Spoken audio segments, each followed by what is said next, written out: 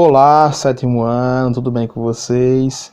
Primeiramente, antes de começarmos com nossa aula, eu queria dar um comunicado importante para vocês, que a partir de hoje teremos aulas diferentes. Sim, diferente não na questão da minha explicação, mas sim no formato.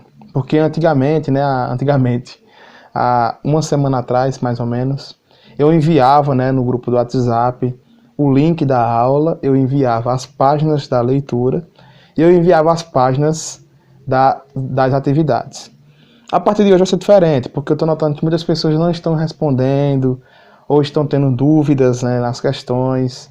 E eu sei que muitos dos que estão tendo dúvidas é porque não está assistindo a aula, a videoaula. Porque, se vocês não perceberam, minha explicação está se baseando nas respostas das atividades, que é para ajudar vocês, a compreender melhor as atividades. Entenderam? Então é praticamente isso, pessoal, que eu queria dizer para vocês antes de começarmos com o nosso vídeo.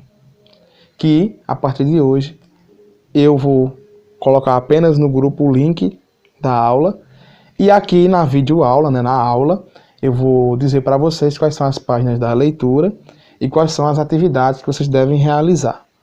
É só assistir o vídeo completo que vocês verão, aí as informações completas que ajudarão vocês aí no processo da aprendizagem. Então sejam bem-vindos a mais uma aula. Vamos começar com as manifestações antropocêntricas. O que quer dizer isso? É as manifestações, dos humanos. Isso mesmo. É impossível falar em renascimento sem falar da arte renascentista. Eu falei para vocês que a arte dos renascentistas, dos antropocentristas, era baseada na arte, da antiga Grécia e da Roma. Aquelas artes, dos deuses politeístas, não só também com esse caráter, greco-romano, como também da questão do cristianismo em si, da arte cristã, que era aquela arte das divindades, dos santos, do próprio Jesus Cristo. Então eles vão pegar esses elementos, como vocês estão vendo na imagem aí, e vão transformar esses elementos de uma forma mais, como posso falar, se fosse falar hoje em dia, seria um gráfico 3D para a época, um gráfico bem avançado para a época, que é a pintura a óleo, que é essa pintura aí que vocês estão vendo aí na imagem de vocês aí, que é uma imagem que são pinturas que revolucionaram a época. E foi devido, a esse investimento da burguesia italiana que tivemos aí grandes pintores, que vocês verão aqui no nosso conteúdo, que vai de alguma forma modificar aí os costumes artísticos da era moderna. Aí nesse momento vamos ter vários filósofos, matemáticos, a galera aí que gostava de desenhar e a galera que criticava a questão de a pessoa não ter liberdade de fazer o seu próprio comércio. Então, com essa crítica, a falta de liberdade, temos aí o processo da expansão marítima. É a partir desse momento, na Idade Moderna, que vai surgir os pensamentos, de liberdade humana, de liberdade do ser humano, que o ser humano tem que andar por si só, que os europeus vão começar a sair do continente europeu em busca de novos ares, de novas terras, de novos povos para explorar. Exatamente isso, sempre foi isso o principal foco dos europeus. Então, isso que vocês precisam entender que tudo isso, esse caráter, esse pensamento de liberdade surge com os renascentistas, com os antropocentristas, que pensavam de uma maneira que nós deveríamos, separar um pouco do divino, do sagrado, e profanar mais. Isso mesmo, deveríamos deixar de lado Deus, porque Ele está lá cuidando da gente, a gente deveria andar com as nossas próprias pernas. Era esse o pensamento dos antropocentristas. Isso é um resumo, isso é o que vocês precisam entender sobre essa época. Mas vamos dar continuidade. Do ponto de vista político, temos aí o avanço do pensamento absolutista. Que pensamento é esse? É que o rei, a figura do rei, ela vai ser mais importante que qualquer órgão. Na idade medieval, né, na idade do feudalismo, temos aí uma igreja muito forte, uma igreja que tinha o apoio, né, dos nobres. Clero e nobreza andavam juntos, só que na idade moderna, essa nova concepção, né, de Estado social, político, será modificado, porque as grandes monarquias, né, monarquias nacionais, por exemplo, monarquia portuguesa, monarquia inglesa, monarquia espanhola, monarquia francesa, vão surgir reis que vão se achar no direito de ser mais que todo mundo. E esse pensamento de ter o poder absoluto, né, em suas mãos ficou conhecido como absolutismo. Lembre dessa palavra, muito bem, absolutismo. Ou seja, o rei é absoluto, ele manda em tudo. É praticamente isso. A galera da Idade Moderna vai ser a galera que vai querer modificar tudo. Por exemplo, tinha um pensamento antigo na Idade Medieval, eles vão dizer, não é assim que funciona, tá certo?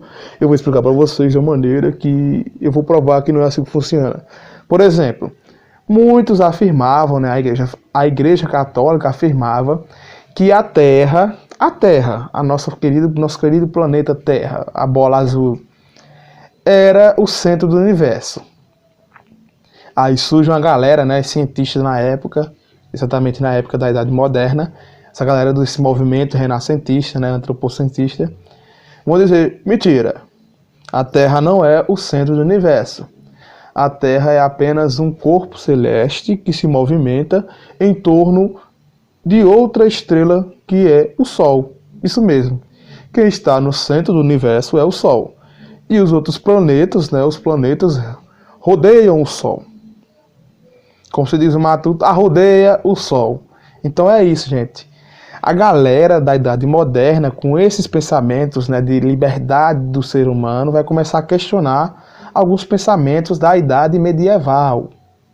Alguns pensamentos que a igreja empurrava a goela abaixo da sua população.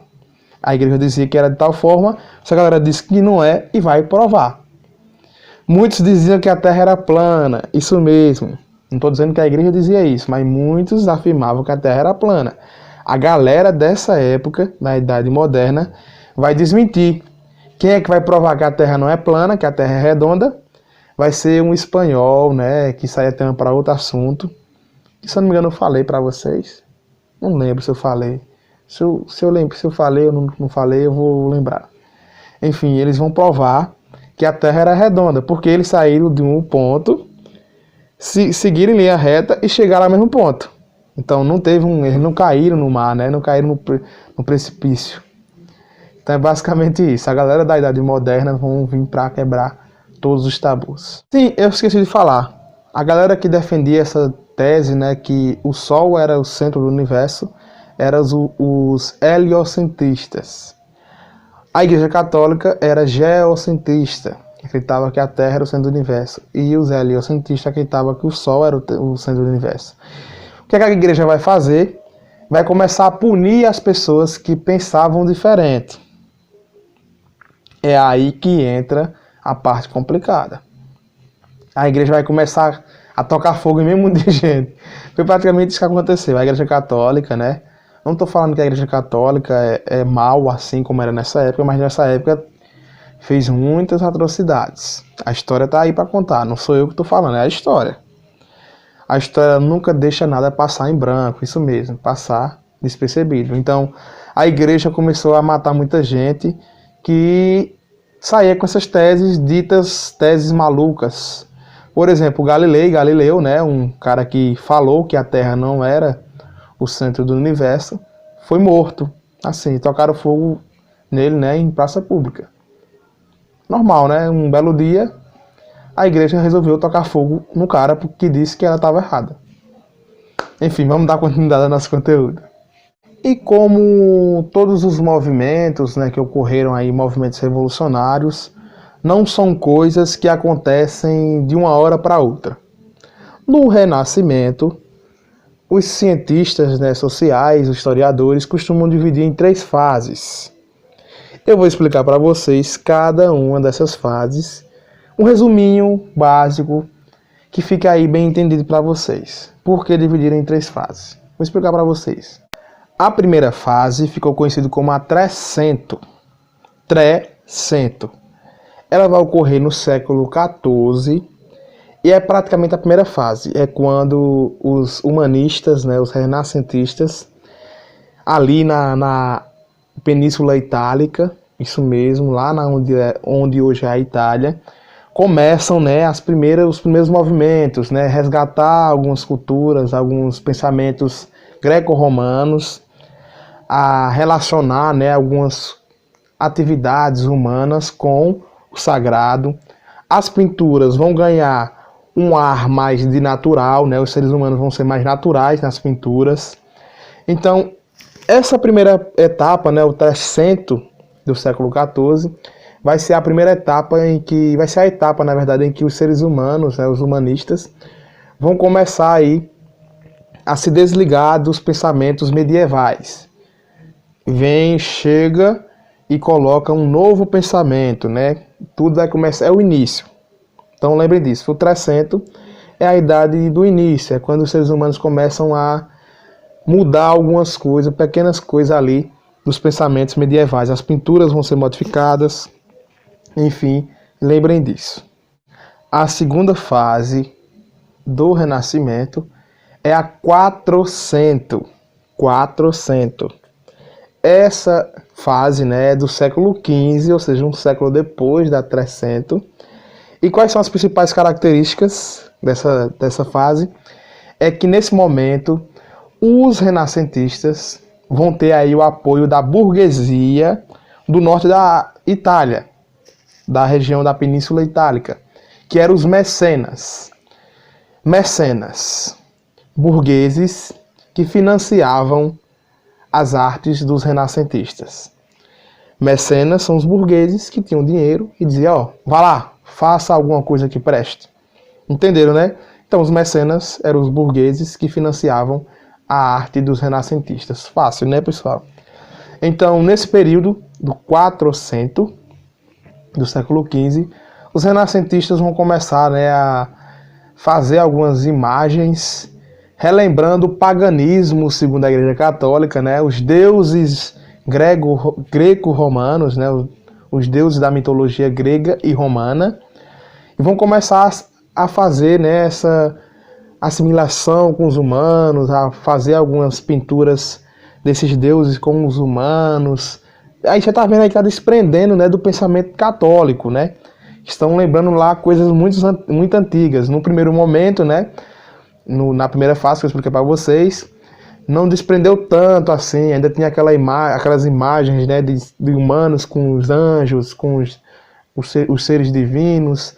E já nessa outra etapa, eles vão começar a relembrar os deuses antigos da Grécia e da Roma. É interessante isso, né? A segunda etapa é isso, quando eles desprendem, né, da Igreja Católica e começam a escrever, a pintar, né, a fazer as suas artes, lembrando os deuses da Grécia e da Roma, com o apoio dos mecenas, os burgueses que financiavam os renascentistas. Nessa fase aí, na segunda fase, temos um pintor que é interessante falar, que é o Leonardo da Vinci, que desenhou a Mona Lisa, né, que é uma das figuras icônicas, importantes da história do mundo, que ninguém sabe, né, a origem dela, se era namorada dele, se na verdade era uma mulher mesmo, se era um homem, ninguém sabe. São várias hipóteses, está aí no Você Sabia de Vocês, dê uma lidinha, é interessante isso e eu aconselho a vocês. A terceira fase é a Cinquecento, do século XVI. O que é que vai ocorrer nessa terceira fase?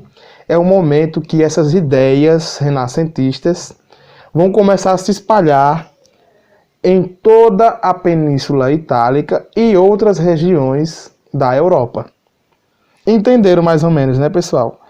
Essa nova fase é a fase de expansão do pensamento renascentista. Alguns, né, artistas como o Michelangelo,